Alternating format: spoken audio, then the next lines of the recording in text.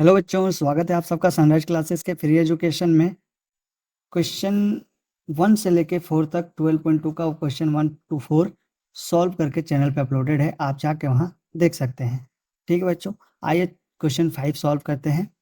इसमें बच्चों दिया है गया है फैक्टराइज द फॉलोइंग एक्सप्रेशन, इन एक्सप्रेशन को फैक्टराइज करना है। अब इसमें है क्या, छोटा सा ट्विस्ट है।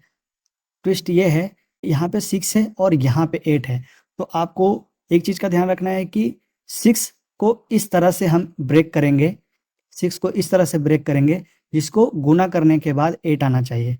लाइक अगर आप इसको 3 + 3 कर देते हैं, ठीक है, 3 + 3 कर देते हैं तो 3 × 3 9 हो जाएगा। ठीक है बच्चों, तो हम क्या कर सकते हैं, इसको 4 + 2 के फॉर्म में ब्रेक कर सकते हैं ताकि 4 2 जा 8 हो जाए। ठीक बच्चों, समझ में आया? या तो फिर इनको घटाने से ये 6 बनना चाहिए और गुना करके 8 बनना चाहिए। आइए अगले क्वेश्चन में आपको और बढ़िया से समझ में आएगा।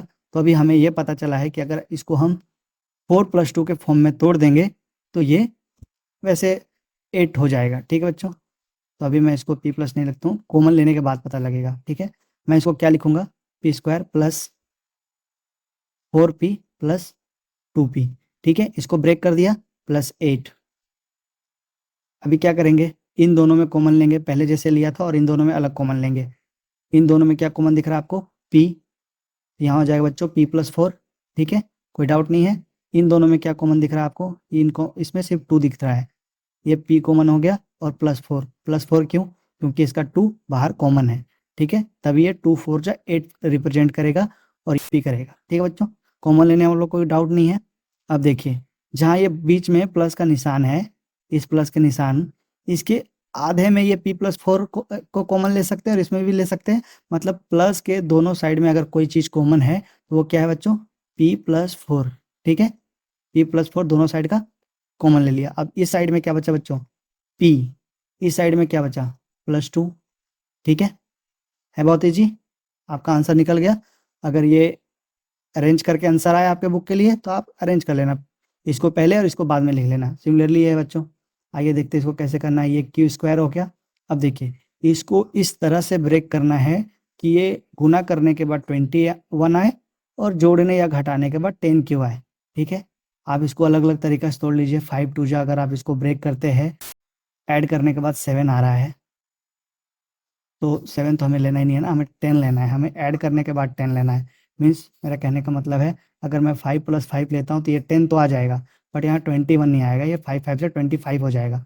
ठीक है, अगर मैं इसको 7 + 3 करूँ तो ये आ जाएगा। ठीक है बच्चों, 7 3 जा 21 और ऐड करके 10, है ना। चलिए, तो इसको क्या लिखना है, ये माइनस का साइन है तो माइनस ही होगा, -q -3q। ठीक है, दोनों ऐड करके -10 हो जाएगा। चलिए, ये जैसे का वैसे लिख लेते हैं। अब देखिए, इन दोनों में क्या कॉमन है, ओनली क्यू एक यहाँ बचेगा 2 क्यूब में, और यहाँ -7 बचेगा। ठीक है बच्चों, एक क्यू यहाँ बाहर चला गया था। यहाँ इन दोनों में इधर डिजिट है तो सिर्फ डिजिट ही ले सकते हैं, -3 ले लेता हूँ, ये क्यू हो गया अंदर कॉमन में, और यहाँ पे अब -7 क्यों, यहाँ माइनस और यहाँ माइनस रहेगा तभी जाके ये +21 बनेगा। अगर मैं यहाँ प्लस लिख देता हूँ तो ये प्लस माइनस -21 होना चाहिए, लेकिन यहाँ पे प्लस है तो मुझे यहाँ पे -7 लिखना पड़ेगा, ताकि जब ये मल्टीप्लाई हो तो अपने आप ये +21 को रिप्रेजेंट करे। ठीक है बच्चों, अब देखिए सेम, ये जो बीच वाला माइनस है, इधर और इधर दोनों तरफ क्या कॉमन दिख रहा है आपको, q -7। ठीक है, यहाँ क्या बच गया, फिर q बच गया और यहाँ -3 बच गया। ठीक है, ये आपका आंसर है, ये आगे पीछे हो सकता है। ठीक है, आइए देखिए तीसरे को सॉल्व करते हैं। तीसरा क्या है बच्चों, यहाँ -16 है, यहाँ +6p है। ठीक है, तो मैंने आपको क्या बताया था, मैंने आपको बताया था कि बीच वाला जो संख्या है इसको या तो जोड़ के 6 लाना है या तो घटा के 6 लाना है। तो अगर मैं किसी तरह से इसको जोड़ने का कोशिश करूं कि तो ये 6 तो हो जाएगा, बट 3 + 3 3 × 3 9 ही होगा, 16 नहीं होगा।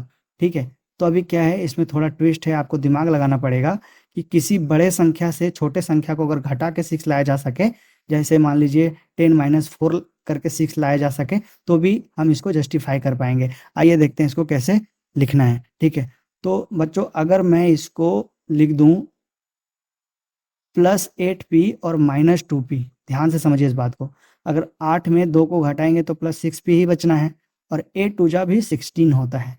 तो इस तरह से हम इसको सॉल्व कर सकते हैं। अब देखिए इन दोनों में क्या कॉमन है बच्चों, p, तो मैं p को कॉमन लेके p प्लस 8 लिख लिया, ठीक है, ये भी बाहर चला गया था, दोनों में p कॉमन था, ठीक है बच्चों।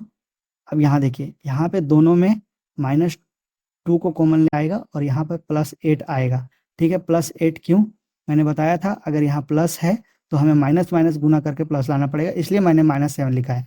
सिमिलरली यहाँ पे पहले से माइनस है तो मैं यहाँ पे -8 नहीं लिखूंगा, +8 लिखूंगा, क्योंकि प्लस और माइनस जब मल्टीप्लाई होगा तो ये -16 को रिप्रेजेंट करेगा, ठीक है बच्चों। तो हमें दोनों के अंदर में मिल गया है p + 8।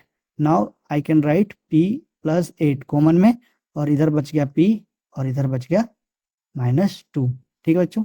ये आगे पीछे हो सकता है, आपके बुक में हो सकता है ऐसे दिया हो, उससे कोई फर्क नहीं पड़ता है, ठीक है।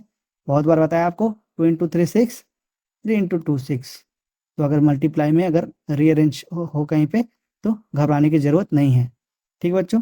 ये इस चैप्टर का आखिरी क्वेश्चन था और आई होप आपको ये वीडियो पसंद आए। इस वीडियो को लाइक कर दीजिए, चैनल को सब्सक्राइब कीजिए और बाकी सारे क्वेश्चन के लिए visit our playlist. Thank you, have a nice day.